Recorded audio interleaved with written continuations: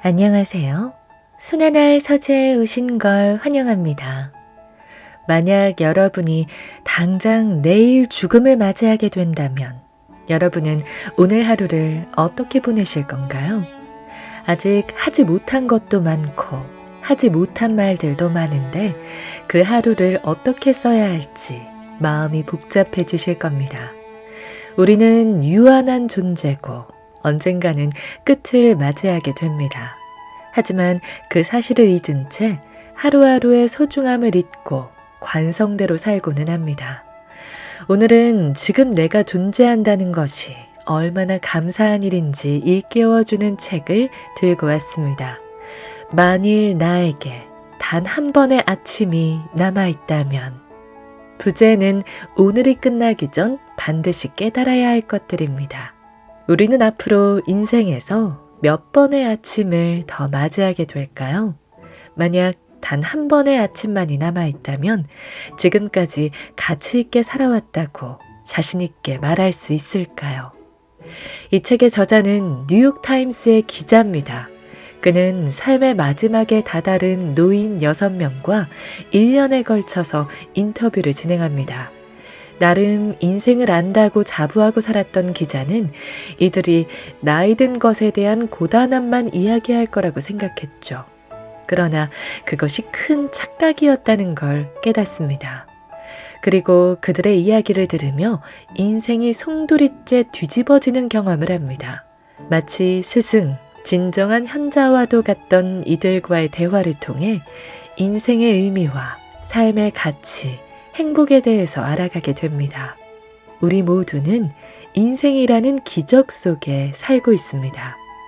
인생을 마감하기 전에 무엇이 내 삶을 가치 있게 만드는지 이 책을 읽으며 함께 고민해 보시죠. 인생의 마지막을 후회가 아닌 기쁨과 환희로 채우게 되실 겁니다. 그리고 지금의 삶을 사랑하게 되실 겁니다. 그리고 이 책을 직접 읽어보고 싶으신 분들을 위해 오늘도 이벤트를 마련했습니다. 책을 읽고 소감을 남겨주실 분들에 한해 5분을 추첨해서 오늘 이 책을 선물로 드리겠습니다. 고정 댓글 링크로 책성장 카페에 들어오셔서 신청해 주시면 됩니다. 그럼 만약 단 한 번의 아침만이 남아있다면 같이 읽어보시죠.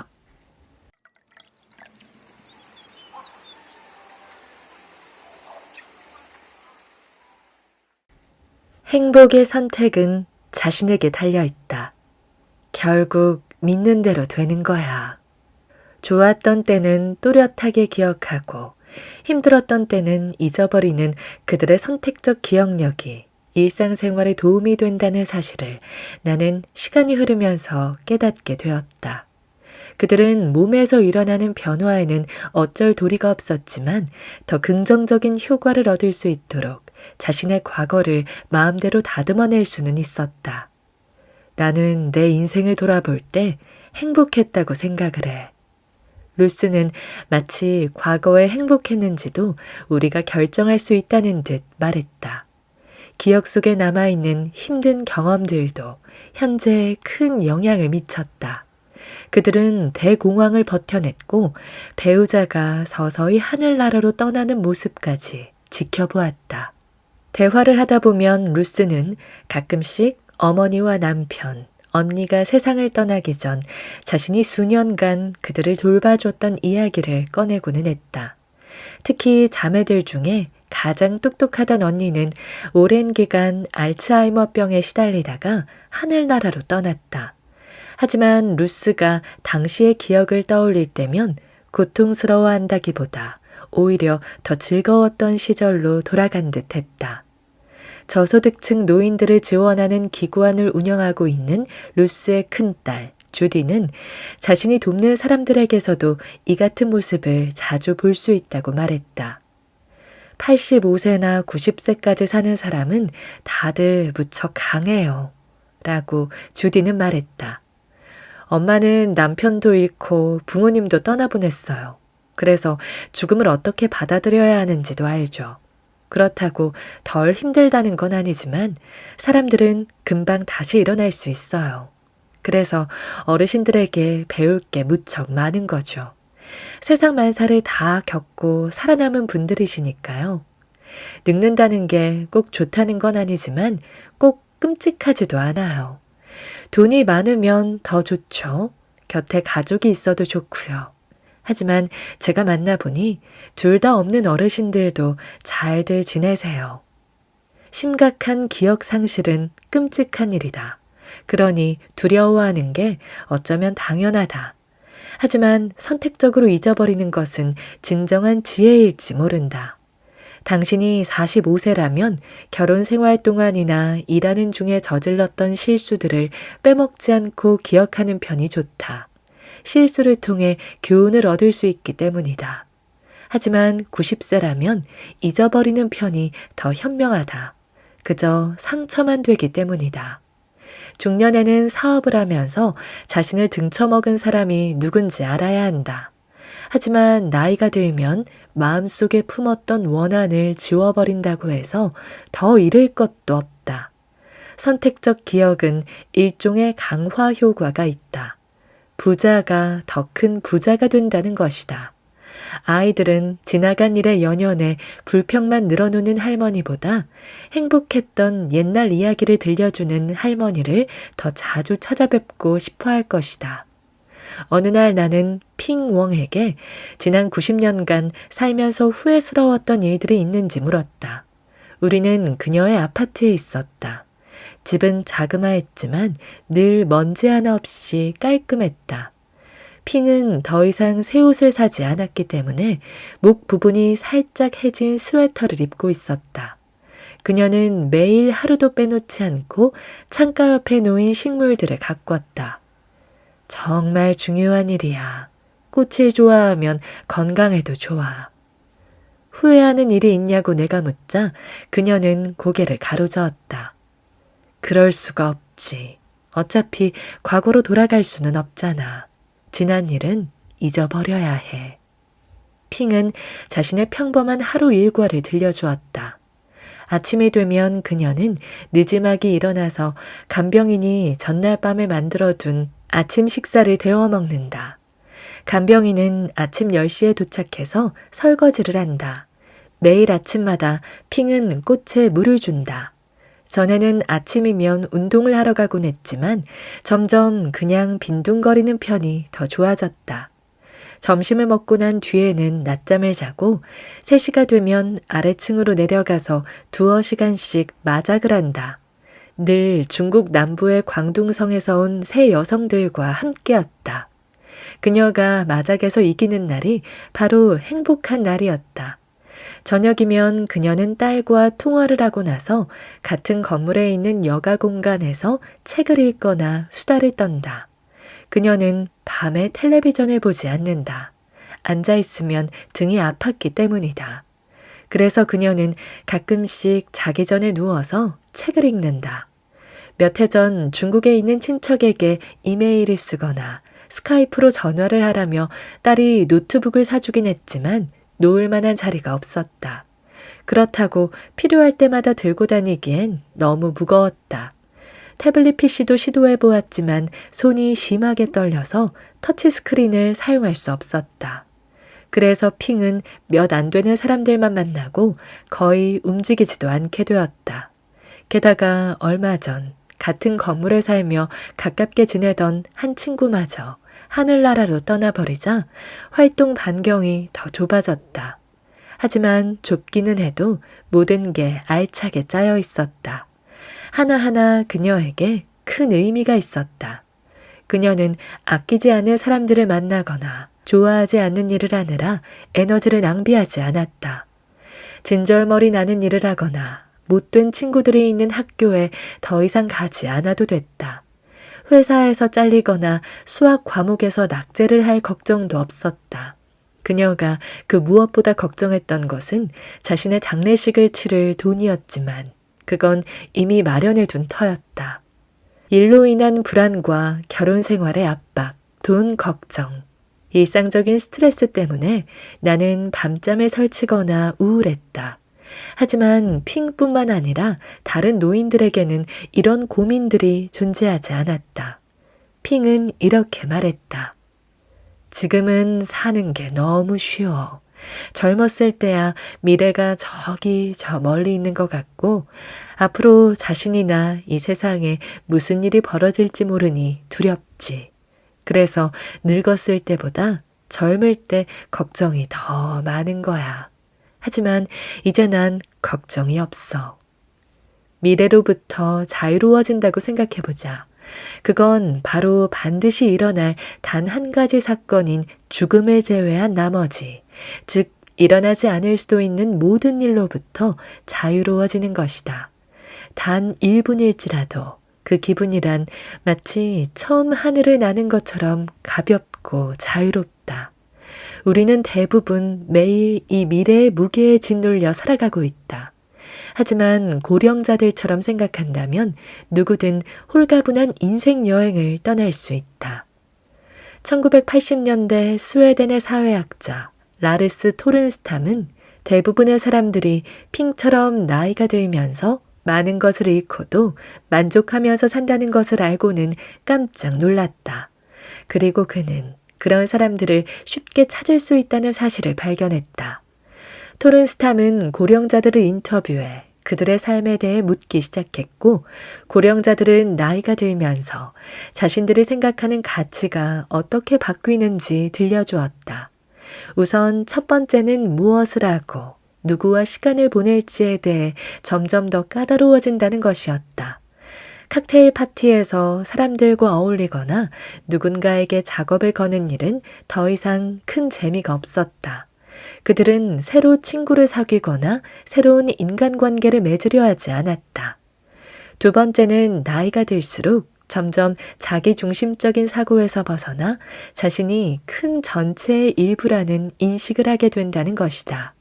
고령자들은 자신들이 외로이 홀로 있는 게 아니라 명상을 하며 혼자 보내는 시간을 중요하게 여긴다고 말했다. 토른스탐은 노년을 다른 시각으로 보는 제로 트랜센던스라는 용어를 만들어냈다.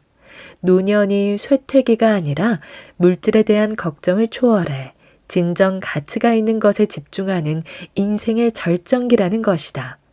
노년으로 가는 시간들은 이 시기를 준비하는 시간이라고 그는 설명했다.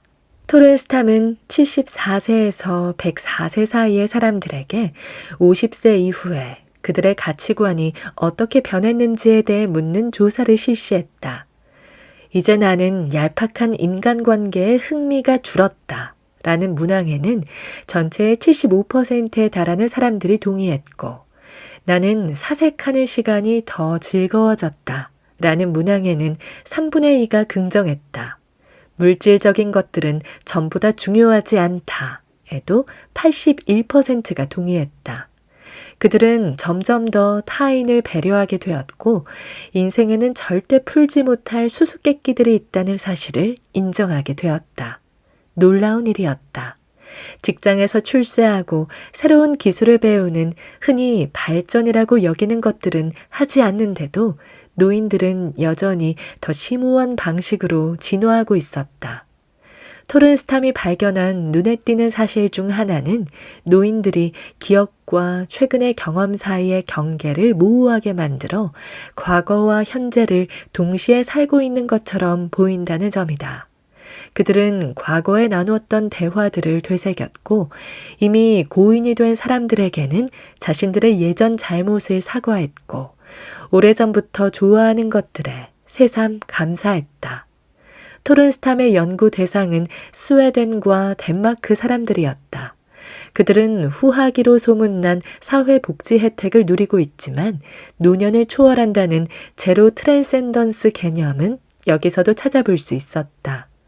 플로리다 대학에서 지혜와 노화에 대해 연구하고 있는 모니카 아델트 교수는 복잡한 감정들을 받아들이고 부정적인 감정들을 누그러뜨리는 노인들의 성향이 나이가 들면서 생기는 지혜의 바탕이 된다고 보았다. 지혜는 천재성도 아니고 전지전능한 힘도 아니다. 다시 말해 지혜로 상대성 이론을 발견하거나 중동의 위기를 하루아침에 해결할 수 없다. 하지만 경험에서 우러나온 능숙함이 필요하다. 모차르트는 천재였지만 여러분과 나의 어머니는 현명하다. 고령자들이 정말로 더 현명한가를 측정해보기 위해 아델트 교수는 3차원 지혜 척도를 고안해냈다. 이 척도에는 삶을 이해하는 능력, 인지, 삶을 다른 관점에서 보는 능력, 반성, 감정적인 능력, 정서의 3가지 축이 그려져 있다. 각 개인에 따라 특정한 한 가지 측면이 나머지 측면들에 비해 강할 수도 있지만 현명한 사람들은 이 3가지 모두를 골고루 활용했고 그로 인해 각각의 측면이 다른 측면들을 더욱 보강해 주었다. 아델트 교수는 이 척도를 통해 실제로 나이가 들수록 더 현명해지며 현명해질수록 더 행복해진다는 사실을 발견했다. 그 효과는 행복감이 낮은 양로원이나 호스피스에 있는 사람들을 대상으로 한 연구에서 특히 두드러졌다. 더 현명하다고 평가된 사람들은 혼자 독립적으로 살고 있는 또래들만큼이나 자신의 삶을 더 만족스러워했다. 현명한 사람은 더 나은 결정을 내리고 더 현실적인 기대를 하며 일이 잘 풀리지 않을 때에도 덜 실망한다. 고령자들은 결코 쓸 수 없는 재산에 욕심을 내거나 이룰 수 없는 성적 욕망을 품지 않는다. 게다가 기억나지 않으니 무시당했다고 복수한다며 입에 거품을 물지도 않는다. 남은 날이 얼마 되지 않는다고 생각하면 젊은이들도 노인들과 마찬가지로 시시한 것들에 신경을 쓰지 않게 된다고 아델트 교수는 말한다. 자기 중심적인 성향이 줄어들어요. 하찮은 것들에 쓰던 에너지들을 이제는 진짜 중요하다고 생각하는 핵심적인 것들에 쏟아붓는 거죠. 대개 고령자들은 살 날이 많이 남지 않았다는 사실을 받아들인 상태니까 괜찮아요. 죽음을 두려워하거나 하지 않죠. 죽는 과정을 두려워하는 거예요. 그러나 현명한 사람들은 죽는 과정까지도 더 잘 받아들여요. 요나스 메카스는 자신이 행복한 이유를 좀 더 간단하게 설명한다. 난 그게 정상이라고 생각해. 행복을 선택하는 게 사실은 제일 쉬운 일이라는 것이다. 수많은 그의 친구들이 일어나지도 않은 일들을 걱정하고 필요하지 않은 것들을 얻으려고 애쓴다. 또 약과 술이나 욕정에 지나치게 빠져들어 스스로 불안을 자초한다. 하지만 그는 소련과 나치에게 시달렸던 일도 결국엔 좋은 결과를 낳았다고 말한다. 덕분에 뉴욕으로 와서 새 삶을 일궈나가게 되었다는 것이다. 맞아. 나는 앞을 내다볼 수 있는 것 같아. 어느 날 그의 집에서 그가 말했다. 나는 뭐가 변하고 뭐가 그대로일지 아니면 살짝만 변하고 말지를 더 잘 알아. 내 친구들은 이건 갑자기 바뀌겠는데? 이렇게만 생각하거든. 자신이 바꿀 수 없는 것들 때문에 안달복달하는 대신에 그는 자신과 남들에게 보탬이 되는 것들을 만들기 위해 에너지를 쓴다. 선택은 그에게 달려 있었다. 왜 자신을 불행하게 만드는 것들을 선택하겠는가? 결국 믿는 대로 되는 거야. 그가 말했다. 나는 우리가 살고 있는 이 추악하고 끔찍한 현실 대신 예술과 아름다움을 선택해. 꽃을 보거나 음악을 듣는 사람은 긍정적인 영향을 미치는데 추악하고 끔찍한 것들에 둘러싸인 사람은 부정적인 영향을 미쳐. 그래서 나는 옛 시인이나 과학자, 성직자, 가수, 음유 시인들에 반하지 않고 인간을 더 아름답게 만들기 위해 뭐든 하는 게 내 의무라는 생각이 들어. 나 나름의 방법으로 그분들의 업적을 이어나가는 거야. 나이와 상관없이 현명해지기 위해서는 제일 먼저 우리도 죽는다는 사실을 진심으로 받아들이고 그 안에서 더욱 만족해하며 살아야 한다. 현대의학 덕분에 우리는 죽음을 이기거나 질 수 있는 일종의 시험으로 여기기도 한다. 하얀 가운을 입은 전문가들이 좌지우지하는 무언가로 말이다. 하지만 고령자들은 더 현명한 눈으로 세상을 본다. 우리들 중 누구도 죽지 않는 사람은 없다. 그러니 살아있을 때 잘 살아야 한다. 우리 조상들이 자신의 집에서 따뜻한 보살핌을 받으며 사랑하는 사람들에 둘러싸여 돌아가시던 마지막 순간을 우리도 원한다면 그런 사랑을 받기 위해 노력하면서 살아야 하지 않겠는가. 2000년 전 스토아 학파 철학자인 세네카는 이렇게 주장했다. 노년을 소중히 여기고 사랑해야 한다. 어떻게 해야 할지 알든 모르든 즐거움이 가득 넘치는 시간이기 때문이다. 인생은 추락하기 전 천천히 아래를 향해 내려올 때가 가장 즐겁다. 그리고 나는 그 마지막 끝자락 위에 서 있는 시간에도 나름의 기쁨이 있다고 믿는다. 그렇지 않으면 기쁨을 원치 않는다는 사실 자체가 바로 기쁨이 될 수도 있다. 드디어 뭔가를 원하는데 질려버렸고 다 끝났다니 얼마나 마음이 편하겠는가. 카스텐슨 교수는 조슈아 리브먼 랍비의 말을 인용했다. 죽음은 삶의 적이 아니라 친구라는 생각이 가끔 든다. 언젠가 끝이 있다는 사실 덕분에 삶이 더 소중하게 느껴지기 때문이다. 노인들은 나이를 먹으며 이러한 사실을 자연스레 깨닫게 되고 그중 몇몇은 다른 사람들보다 더 선뜻 받아들인다. 하지만 꼭 나이를 먹지 않아도 이렇게 생각할 수 있다. 그저 마음 먹기에 달려있다. 6명의 내 스승들은 기꺼이 그들의 삶뿐만 아니라 내 삶을 더 행복하게 볼 수 있는 방법을 가르쳐 주었다. 행복, 목적, 만족, 아름다움, 사랑. 인생의 좋은 것들은 내내 그 자리에 있었다. 날씨가 아무리 험악해지더라도 충실하고 만족스러운 삶을 살 수 있다는 사실을 고령자들은 몸소 증명해 보였다.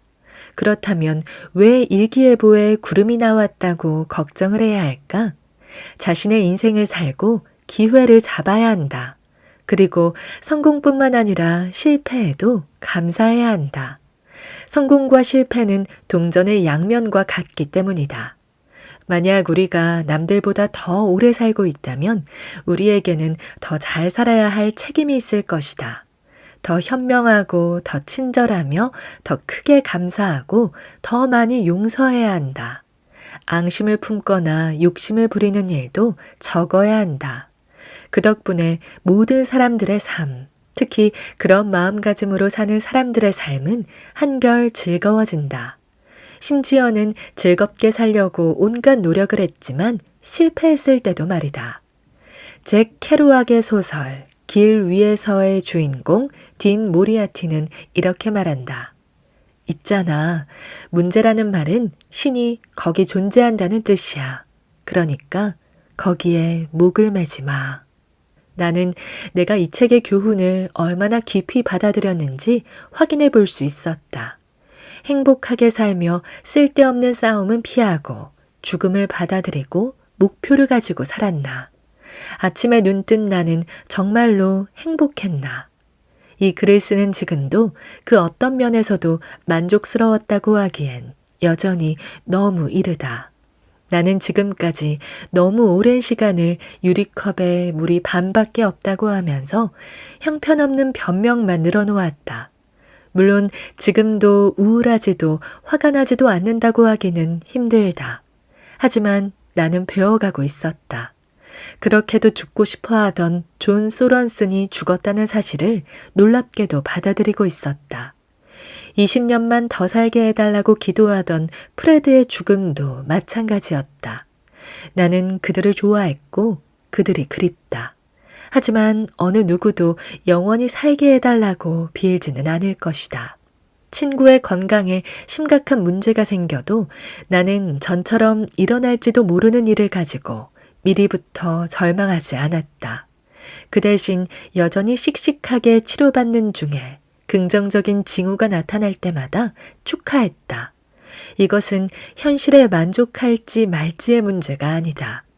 당신은 여전히 여러분이 싸울 수 있는 것에 맞서 싸워야 한다. 암을 치료하고 의사를 찾아다니고 당당히 맞서서 정의를 요구하고 존중받아야 한다. 그러나 당신이 항상 이길 수는 없다. 당신이 힘들 때에도 좋은 점을 볼 줄 알아야 행복해질 수 있다. 나는 내 삶을 보람차게 만드는 것들을 찬찬히 살펴보았다. 그리고 시끄러운 사람들이 케이블 뉴스에 나와 아무리 소리를 질러대도 견뎌내리라는 사실을 알았다.